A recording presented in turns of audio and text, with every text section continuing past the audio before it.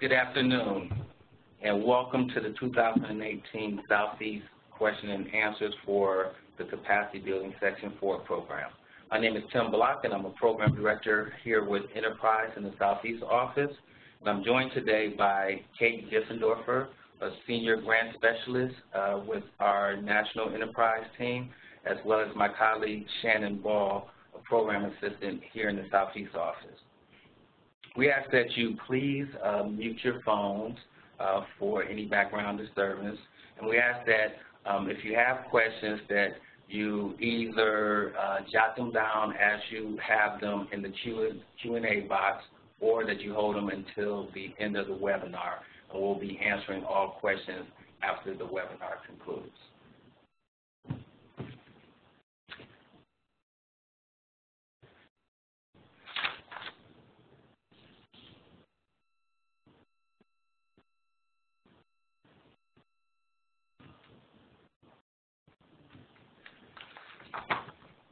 All right, today's webinar is specific to the Southeast market.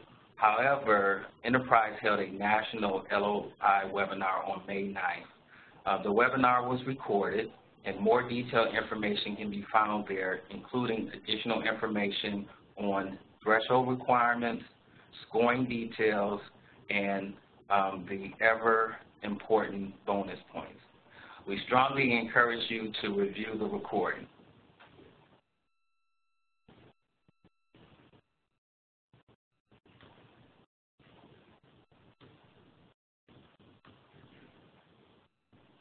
The agenda that we'll cover this afternoon includes a short purpose of the webinar, a brief overview of Enterprise Community Partners, detailed information about the Section 4 program, information about the letters of interest overview, the timeline for the program, additional resources that are available, important reminders, as well as leaving time for questions and answers.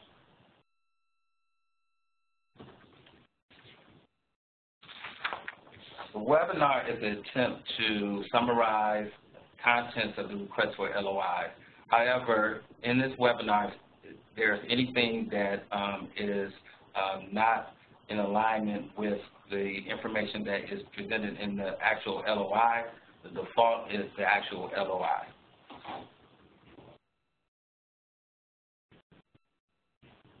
Enterprise was founded by James and Patty Rouse in 1982 to create opportunity for low-income and moderate people through affordable housing in diverse, thriving communities. Since our inception, Enterprise has created more than 470,000 homes, invested $28.9 billion, and touched millions of lives.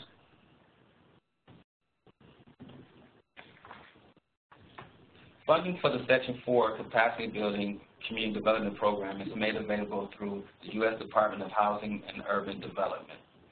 The purpose of the program is to increase the technical and administrative capacities of CDCs and CHODOs through giving them the opportunity to more efficiently carry out their missions of community development and affordable housing for low-income households. To be eligible for the Section 4 funding consideration, applicants must meet the eligibility requirements as described in Appendix A of the LOI, which include HUD requirements and enterprise requirements. HUD requirements are that you be a community development corporation or a community housing development organization. Enterprise requirements consist of demonstrated staff capacity and a relationship with a physical agent or physical sponsor that has demonstrated staff capacity. If you're not sure of your eligibility status, then please review the tutorial on Enterprise's website or email us at rfp@enterprisecommunity.org for additional assistance.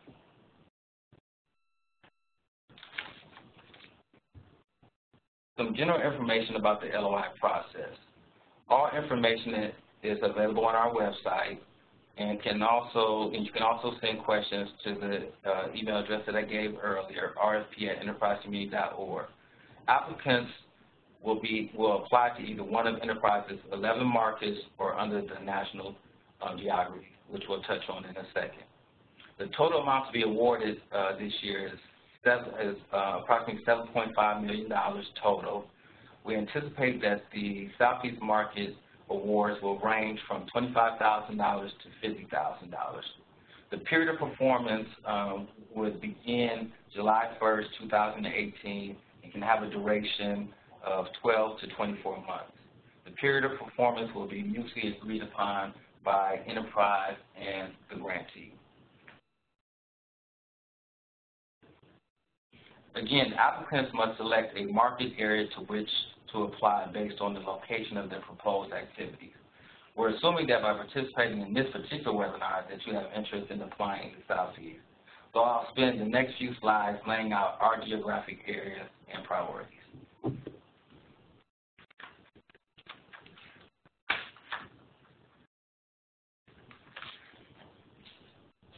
The Southeast Market geographical areas for this round of Section 4 include the states of Alabama, Georgia, South Carolina, Florida, North Carolina, and Tennessee. In Alabama, our interests include Birmingham and Hoover, Alabama, MSA. In Georgia, the Atlanta, Sandy Springs, Roswell, MSA. In South Carolina, the Columbia, MSA, the Charleston, North Charleston, MSA, Spartanburg, MSA, Greenville, Anderson, Malden, MSA, and in Florida, the Miami, Fort Lauderdale, West Palm Beach, MSA, and in North Carolina, the Charlotte, Concord, Gastonia, MSA, Raleigh, MSA, Durham, Chapel Hill, MSA, and Asheville, MSA. And in Tennessee, we're interested in the Nashville, Davidson, Murfreesboro, Franklin, MSA, and then in Memphis, the Tennessee, Mississippi, Arkansas, MSA.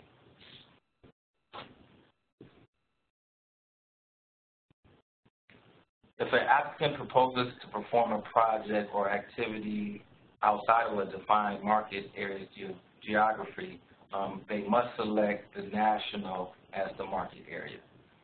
For example, if you are a community development corporation based in Orlando, Florida, you would choose national as a market area because that's outside of the Southeast Market geographic area.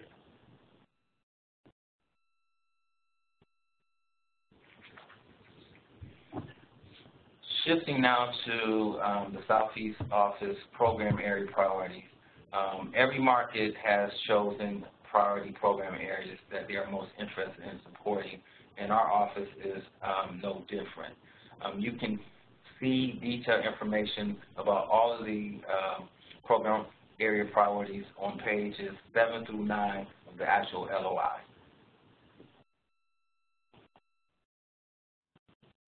So specific to the Southeast, more in-depth information about each market area specific priority can be found in the attachment section of the LOI.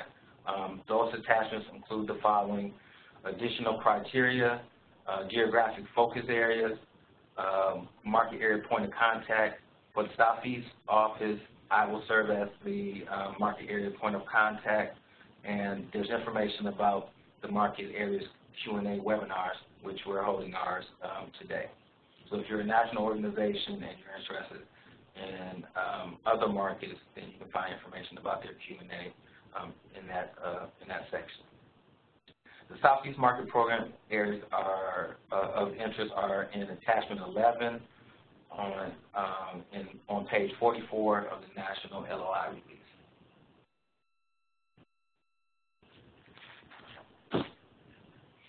Applicants should review the list of program area priorities and select the one program area your proposed project aligns most closely with.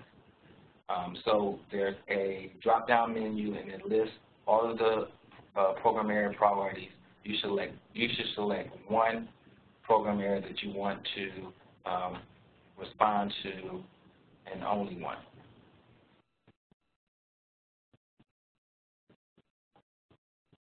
The Southeast market is interested in receiving applications from organizations under the following program areas, and they're listed in no order of importance. So production and preservation, organizational infrastructure, capacity building, long-term sustainability, health and housing, resiliency and planning, disaster recovery and planning. In addition, the Southeast market will assess applications that address the other national market program and area priorities listed in the LOI.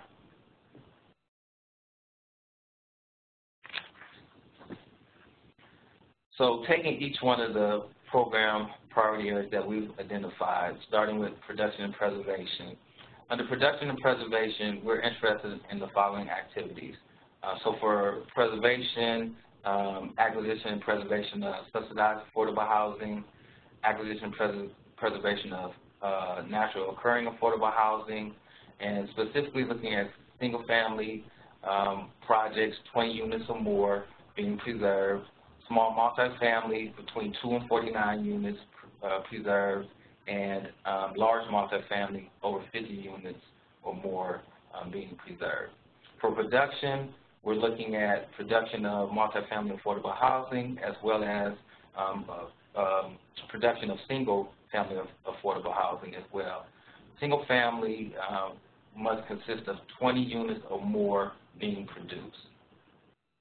Additional priorities within production and preservation include things such as scale and expansion of the organization's footprint, innovative and replicable strategies, CDCs looking to expand their preservation capacity through acquisition and preservation of affordable housing, looking at community land trust models, as well as permanent supportive housing production and preservation. We also want to work to accomplish the goals outlined in the the technical document I think we provided during the process, and staff time to support these processes will be prioritized. In addition, our office looks to support the work developed by the organizations in the Atlanta Capacity Accelerator Program. So if you're already in that program, we're looking at potentially supporting the work that come out of your involvement in that accelerator program.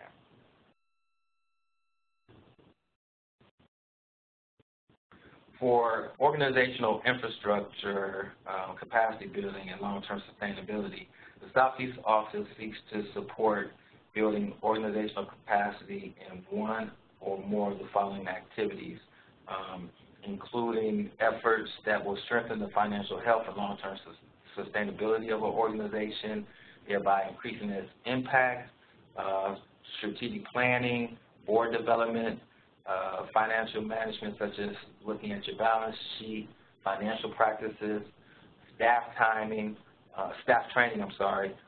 as well as partnership development.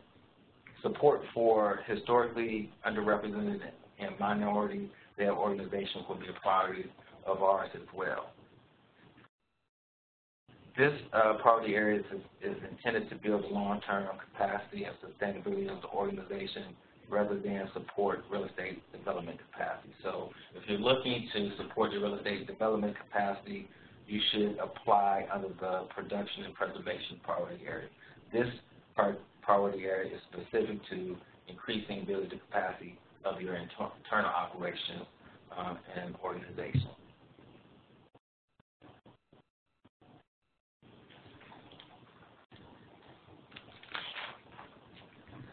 For health and housing, the Southeast market desires to work with organizations to improve health and service outcomes.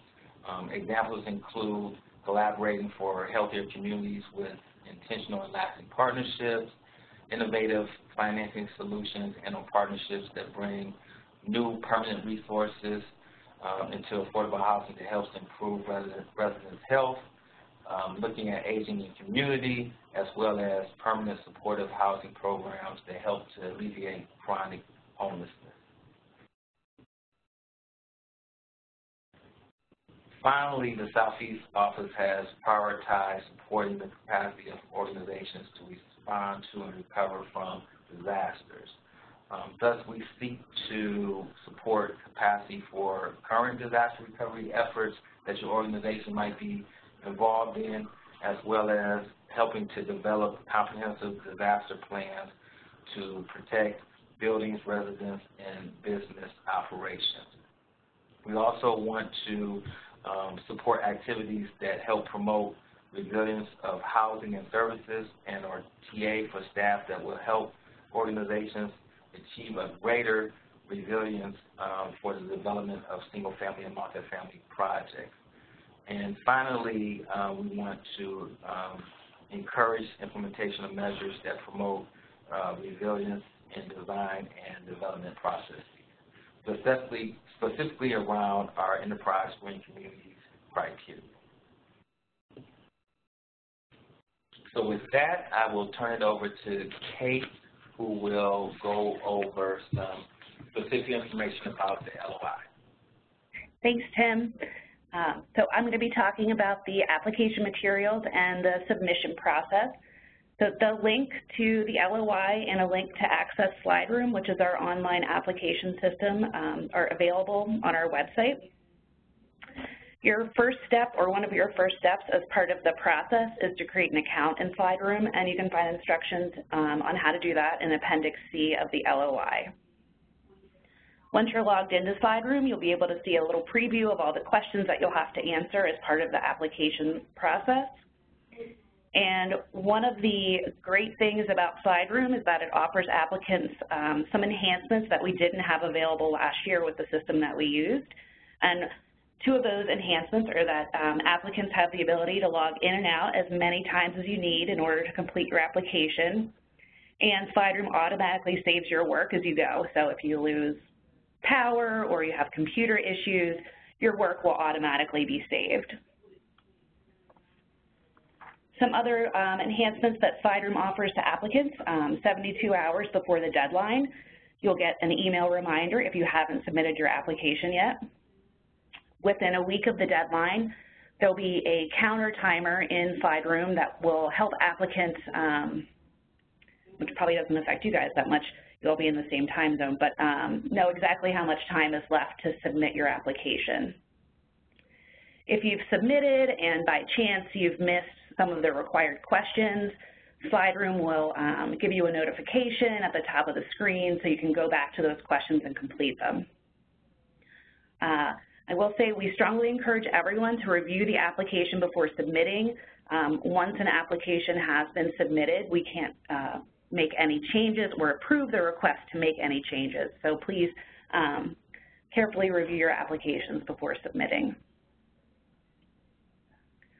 Once you submit your application, a confirmation screen will appear and you'll have your unique confirmation ID number, the date that you submitted your application, and the program that you submitted to, which in this case is the Section 4 National LOI Funding Opportunity. You'll also get a confirmation email with this same information, so we encourage you to keep that for your records. And lastly, you can log in to review your application at any time after you've submitted, and you also have the ability to print your application directly from SlideRoom. So some submission deadline information. All of your applications need to be submitted by 11:59 p.m. Eastern on May 29th. The SlideRoom application system will be closed promptly at 11:59 p.m. So even if you've started the application but you haven't submitted by that time, unfortunately, we won't be able to accept your application unless it's been submitted before that deadline. Again, any changes or requests to change your application after it's been submitted, unfortunately, we won't be able to approve. So again, carefully review your application before submitting it. And we won't be accepting any late or hard copy applications or any applications that are submitted outside of SlideRoom. So again, some important dates here. The LOI deadline is May 29th, 11:59 p.m. Eastern. If you're invited to submit a full application, that'll happen around July 9th. And again, you have to be invited by Enterprise in order to submit that full application. and your deadline for submitting the full application is August 6th at 11:59 p.m. Eastern. I think with that, I'm turning it back over to Tim. Thanks, Kate. We've mentioned several times that we have additional resources available. We have a number of resources that are online. It can be found at www.enterprisecommunity.org, and they include the LOI frequently asked questions, which Kate just mentioned. If you have any questions about whether or not you're eligible, there's a link to eligibility requirements, as well as there's information about Enterprise's grants guide that just tells you what is involved in having a grant with Enterprise Community Partners. In addition, if you are looking to submit a proposal that touches on climate and cultural resiliency, there is information about our green communities criteria that can be found on the website as well. And finally, there is information on Section 4 tutorials in our Enterprise Resource Center. So if this is your first time applying, there's a lot of great information there as well. So a wealth of tools and resources available to help you with the application process should you need them.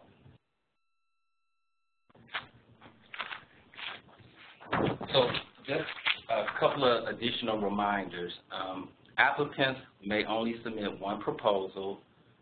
Applicants must apply under only one of the program areas, and I think we stressed that a couple of times. So if you are deciding between two great projects or initiatives, you need to select the best one.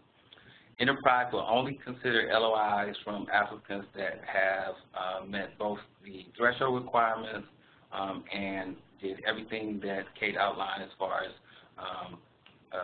successfully submitting your application through Slide Room and making sure that you submit it by the deadline of May 29 at 11:59 p.m. Again, just reiterating, requests to change the application once it has been submitted will be denied. There's no late submission. Hard copies of applications submitted outside the Slide Room will be accepted.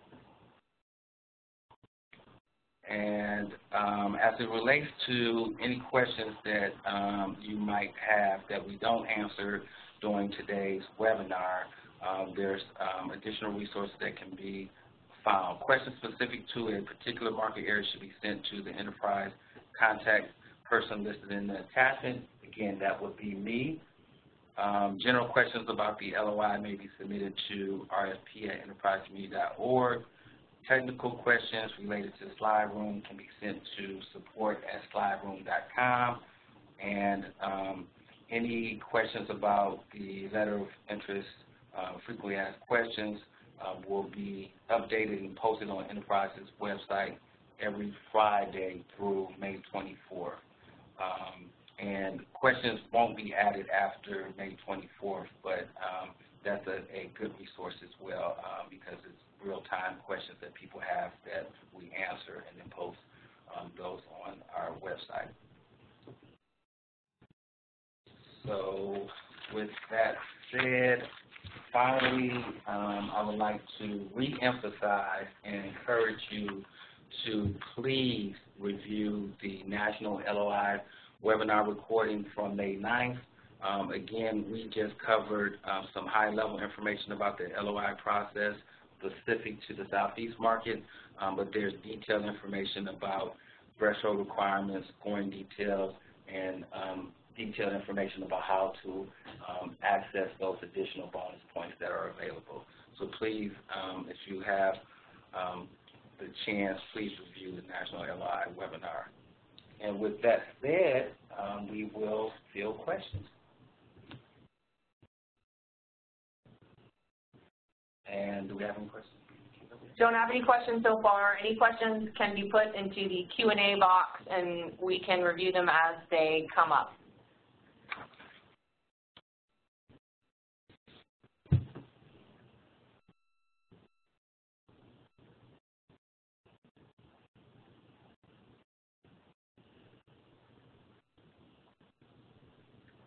sure must be some questions. They could be hard, easy, hard questions. We will give to Kate, but we will fill any questions that you might have.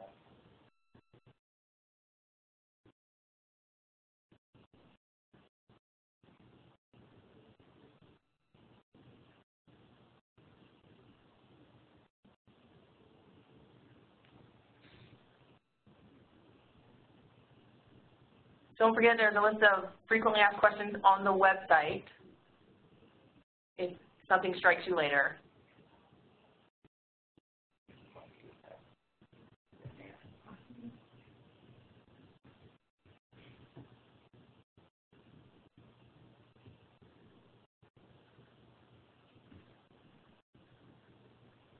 It looks like one question just came in. Yeah, we have two. We're trying to pull them up now. Okay. Can you see them? Something weird. Do you mind reading them where you are? Sure. Just to confirm, if we are in a county in Georgia outside of the listed MSA, we cannot choose a priority area specific to the Southeast market. So I could answer this one.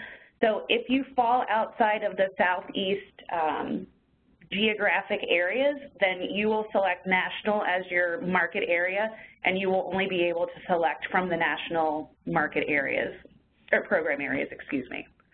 So you're correct. And that was a question from Aaron or Cindy? Did I see a question from Cindy as well? There's a question from Cindy. We are a community land trust and a CHOTA. Would we be eligible from that perspective? Kate, I'll defer to you on that one. Sure. So the eligible applicants are CDCs and CHOTAs. So if you are a CHOTA, you are eligible to apply.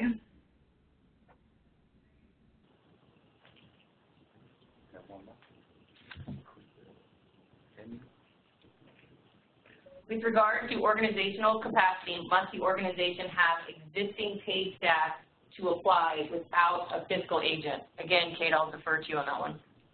Sure. So we would like to see, if you don't have any paid staff, you can't rely on volunteers or board members, so you would need to apply with either a fiscal agent or a fiscal sponsor to demonstrate that you have the capacity to perform the proposed activities.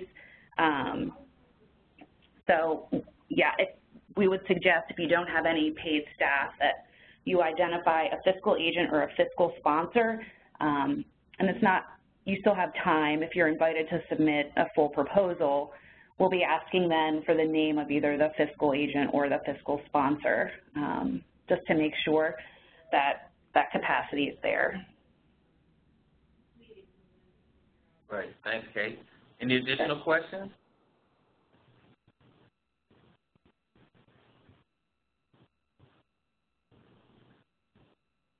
Also, the grants range from $25,000 to $50,000. That is the same whether you are doing organizational capacity or production and preservation. Yes, so for the Southeast market, we anticipate that our grants will range between $25,000 and $50,000, and that runs across the board for our priority program areas that we've identified.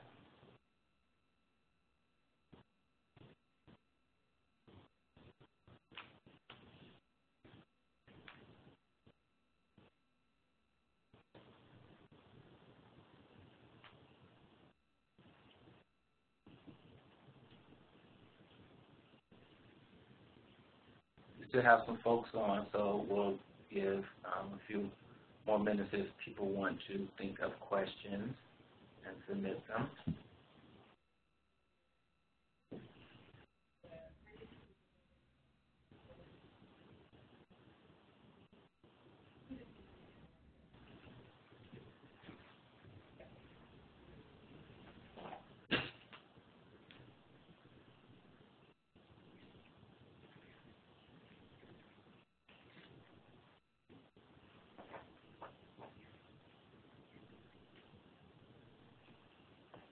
All right, well, it looks like we've answered all the questions that people had at this time. But again, if you have questions, you can always reach out to me directly, and my contact information is available. I'm sorry, I think we have a question that just came in. What if the funding is for staff hires? Still, I assume that the question is still a fiscal agent. I'm assuming that means you still need a fiscal agent.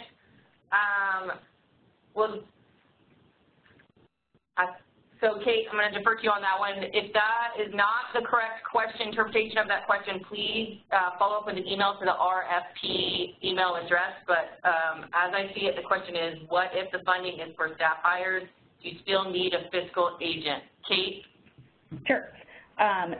If your organization doesn't have any staff, you would still need to identify a fiscal agent or a fiscal sponsor.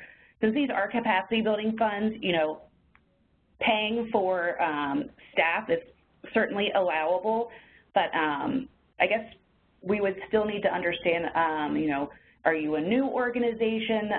But I think regardless, you would still need to have a fiscal agent or a fiscal sponsor, again, just to demonstrate that you have the capacity to implement those proposed activities, a project, a program, you know, what have you, and that, you know, you are capable of managing these federal funds. All